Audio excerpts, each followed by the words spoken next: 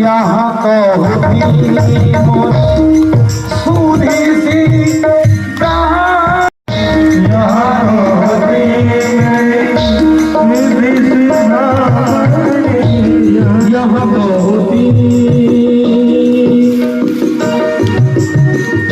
मेरी सूधी सी श्यामणी, यहाँ तो होती मेरी सूधी सी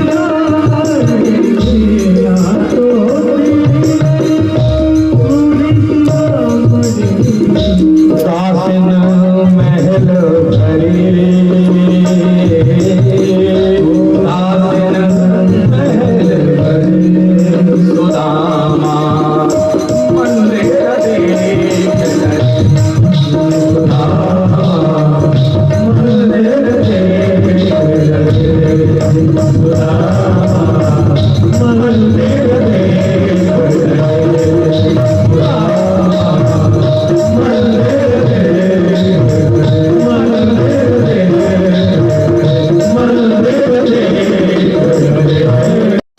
परमधाम को गए। इसके पश्चात कुरुक्षेत्र में गोप और वैष्णियों को मिलना हुआ, कृष्ण भक्तों को भगवान का उपदेश हुआ। उपदेश के बावजूद भी सप्तऋषि पिंडारक क्षेत्र में कृष्ण पुत्रों के द्वारा ऋषियों की परीक्षा की गई। पूरे के पूरे यौवन को नष्ट करने वाला हुआ। इनके पश्चात श्राप लगने के बाद वसुदेव जी चिंतित हुए, नारद जी वहीं मिले, सुंदर उपदेश हुआ। जनक और नव योगेश्वर का संवाद आता है। नौ योगेश्वर कौन है, केवल नाम सुन लीजिए, एक श्लोक में व्याख्या कर। नौ योगेश्वर कौन है?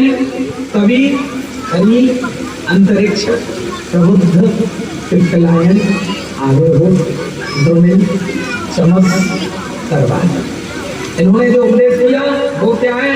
एक श्लोक में दुर्लभो मानसो देहो देहि नाम छा बहुरा तब प्राप्ति दुर्लभम मन्ने वैकुंठ। एक चौपाई में समझ लो, बड़े भाग मानुष तन पावा असुर दुर्लभ सद लंघन। दत्तात्रेय के 24 गुरुओं का वर्णन कृष्ण और उद्धव संवाद में आता है कि 24 गुरु कौन कौन है?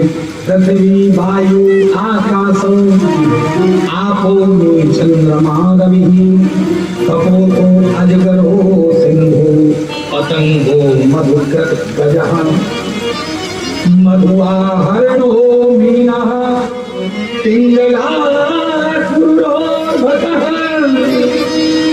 कुमारी, सर्गत सर्प,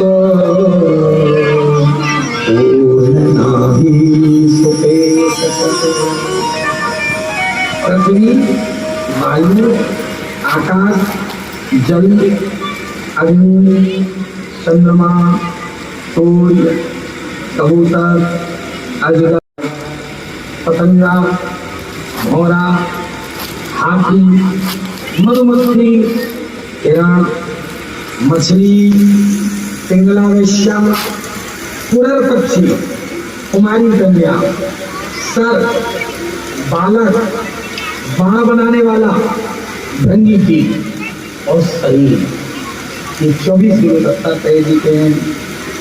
पृथ्वी से सहनशीलता की शिक्षा, वायु से दिखावा न करने की शिक्षा, आकाश से अनंत भजन करने की शिक्षा, जल से मीठी वाणी बोलने की शिक्षा, अग्नि से अपनी ज्ञान रूपी अग्नि में अज्ञानता को जलाने की शिक्षा, चंद्रमा से शीतल होने की शिक्षा, सूर्य से समान भाव से सबको देखने की शिक्षा, कबूतर से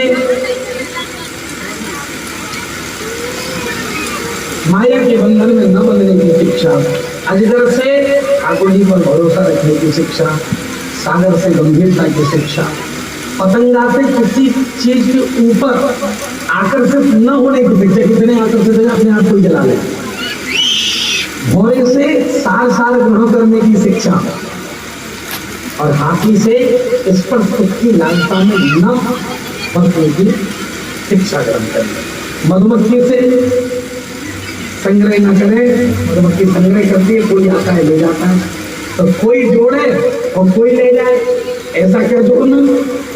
हाँ? इसके बाद हिरण की नाभि में कस्तूरी होता है, तुम्हारे हृदय में ठाकुर जी घी कर ढूंढो।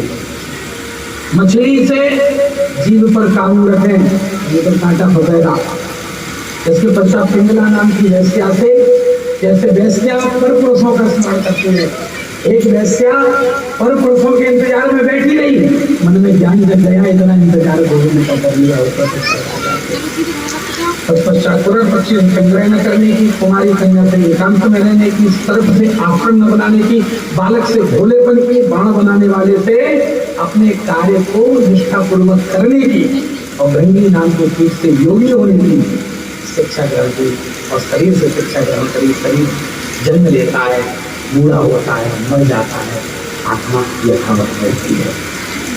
इसके बाद यदुकुल का संग्रह हुआ, भगवान के परम धाम को गए, ऐसी कथा आती है।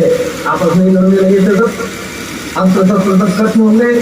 तो जो एर का नाम की घास होनी थी, मूसल घिसने से उस घास को एक दूसरे पर मारने लगे। तत्पश्चात आखिर में जो टुकड़ा बचा था, बहेलिया ने अपने भाग पर लगा लिया था लोहे का, मूसल का, और भगवान ऊंचाई पर बैठे थे। भगवान का तलवा हिरण जैसा लगा, वहां चलाया, भगवान के चरणों को लगा। भगवान के परम धाम अपने दिव्य तेज को लेकर भागवत जी में प्रवेश कर गए। ऐसी कथा द्वादश स्कंद में नाम की महिमा आती है। यह कलिजुग कर परम प्रतापा, मानस पुण्य होए नहीं पापा। और कलिजुग केवल हरिगुण गाहा, कलियुग में नाम जपता बड़ा महत्व है। परिवार भागवत जी का सारांश वो 5 मिनट में पूरी भागवत की कथा पूर्ण कर लीजिए, फल प्राप्त हो जाएगा। 7 दिन नहीं सुनी, वो 8 सुन लो, पूरी कथा का फल मिलेगा। पर ध्यान पूर्वक सुनना, बातों में नहीं रहोगे। पहले दिन की कथा में मैंने आपको मंगलाचरण श्रवण कराया, महात्मा की कथा दूसरे दिन कही, आगे चल करके दूसरे दिन ही अन्य चर्चाएं भी हुई। सृष्टि का क्रम, विदुर जी का मंगलमय चरित्र सुनाया। तत्पश्चात आगे बढ़ते हुए कर्दम ऋषि का मंगलमय प्रसंग, और आगे चलते हुए आप लोगों को मैंने सुंदर कथाओं के अंतर्गत ध्रुव जी का चरित्र, प्रहलाद जी का चरित्र सुनाया। शिशुपाल चक्र भवाटवी आदि का वर्णन, त्रिव्रत उत्तानता की कथाएं, अन्य राजाओं के वंश का वर्णन कहते हुए, सृष्टि का क्रम कहते हुए आपको जड़ भरत रघुवंश संवाद की कथा सुनाई। आगे चल करके आप लोगों को मैंने चौथे दिन अन्य प्रसंगों को कहते हुए भगवान प्रभु श्री राघवेंद्र का मंगलमय चरित्र नवम स्कंद में कहा, सूर्यवंश का वर्णन अष्टम स्कंद में आप लोगों को कथा सुनाई। वामन अवतार की, समुद्र मंथन की, सप्तम स्कंद में नरसिंह अवतार की कथा।